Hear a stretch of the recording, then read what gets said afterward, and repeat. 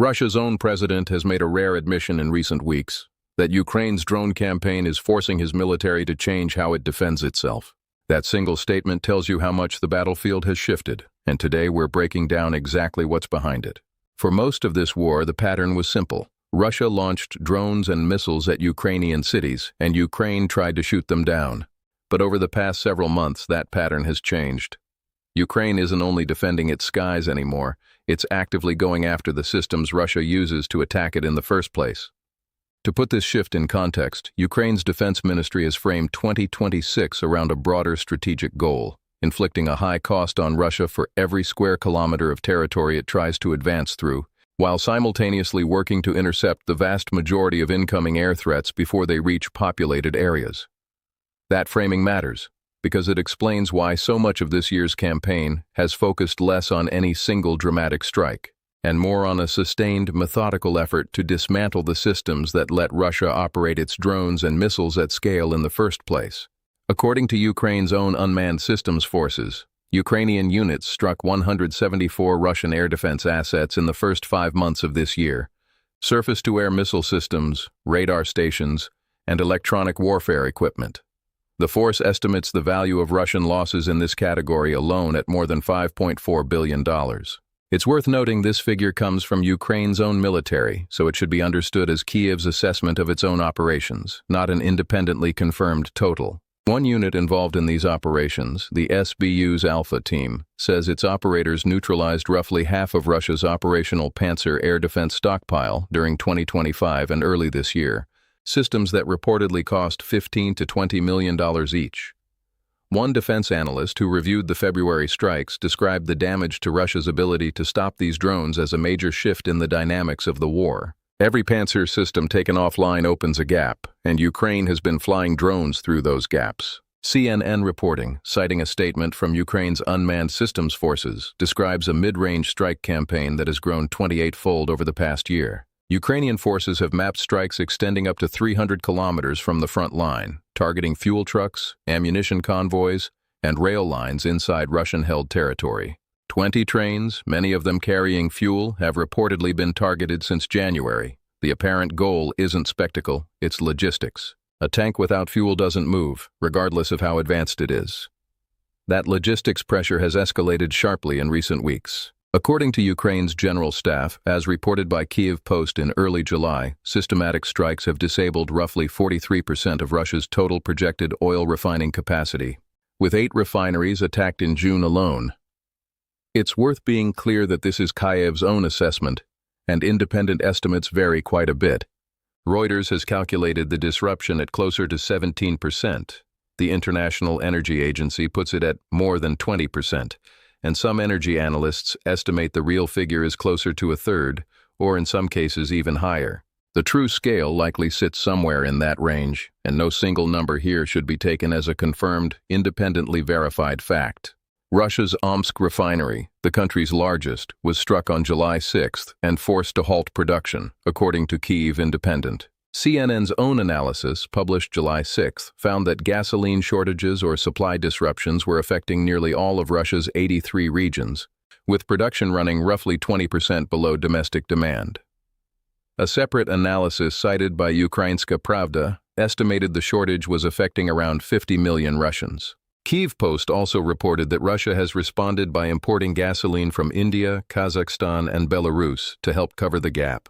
President Volodymyr Zelensky has described the campaign as a form of long-range economic pressure on Moscow. This is a fast-moving part of the story, and the scale of the disruption could shift quickly in either direction as Russia works to repair capacity.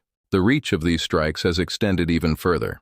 In early June, Ukraine's general staff said drones struck the Kronstadt naval base near St. Petersburg, more than 1,100 kilometers from Ukrainian territory, reportedly causing preliminary damage to port infrastructure and a Russian missile corvette. If confirmed further, this would rank among the deepest strikes reported so far in this war. These strikes are rarely simple hit-and-run operations.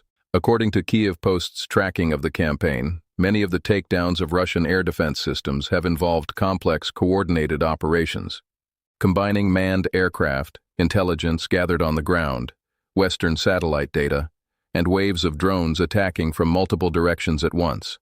sometimes overwhelming defenses through sheer numbers. By March of this year, the pace of Ukraine's long-range strikes into Russian territory had effectively doubled compared to the final months of 2025, with the number of drones crossing into Russian airspace rising from roughly 50 to 70 a night to as many as 100 to 200 on the heaviest nights, according to that reporting. For the first time in the war, Kyiv Post noted, the number of long-range drones Russia launched at Ukraine on some nights was roughly on par with, or even fewer than, the number Ukraine launched back. This isn't happening in isolation. Ukraine's defense ministry has set a stated goal of intercepting 95% of air threats this year, and part of how it's getting there is by scaling up domestic interceptor drone production alongside mobile air defense units. In the Kharkiv and Odessa regions, for example, mobile teams have reportedly destroyed around 20 Russian Shahed-type drones and reconnaissance UAVs, including at least one confirmed intercept of a jet-powered Shahed variant.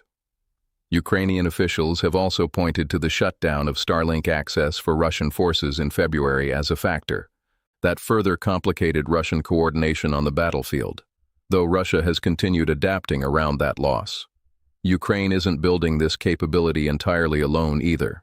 In February, 5 European countries, France, Germany, Italy, Poland, and the UK, announced a joint initiative called LEAP, aimed at manufacturing low-cost air defense systems and autonomous drones, using expertise developed in Ukraine, intended to strengthen NATO's broader air defense posture.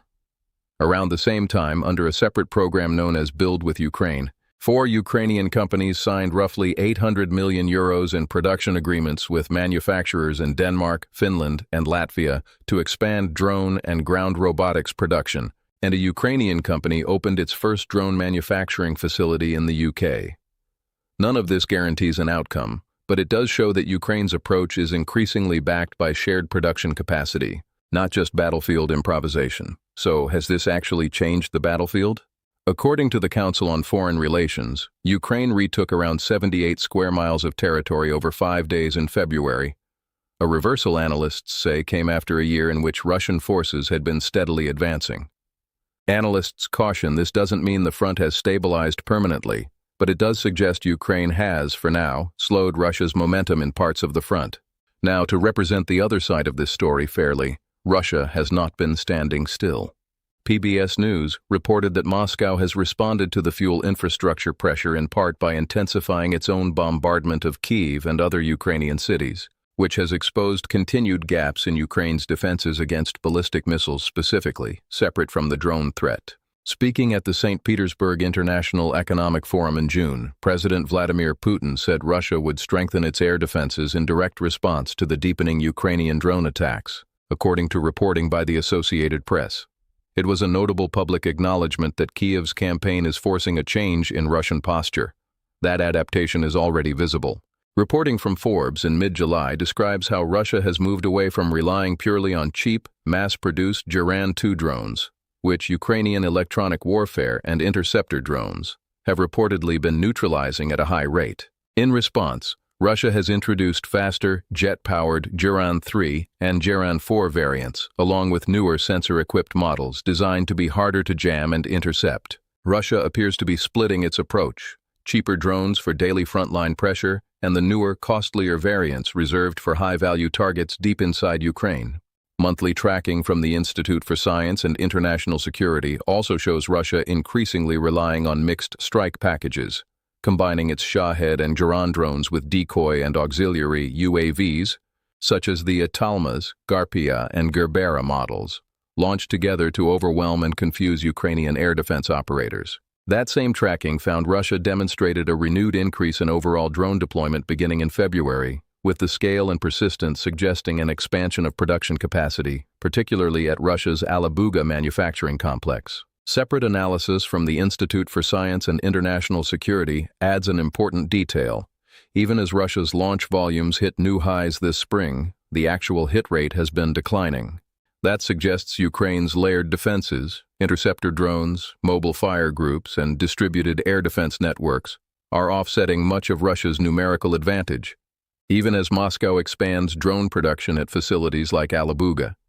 There's also an open question hanging over all of this. According to the Institute for the Study of War's Critical Threats Project, Russia's large-scale drone and missile barrages against Ukraine actually slowed in June, with only 2 strikes involving more than 300 vehicles that entire month. Analysts say the reason isn't fully clear. It could mean Russia is stockpiling drones for a larger wave later, on its own timeline. It could reflect a shift in manufacturing priorities.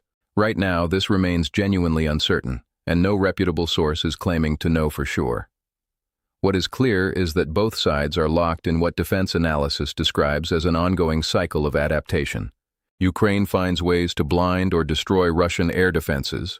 Russia adjusts its drone technology and tactics in response, and the cycle continues. Neither side has delivered a decisive, war-ending blow. What has changed is which side is currently setting the pace of that cycle. So what should we be watching next? First, whether Ukraine can sustain the pace of its deep strike campaign. Destroying fuel trains and air defense systems only matters if the pressure stays consistent. Any slowdown could give Russia room to rebuild its defenses.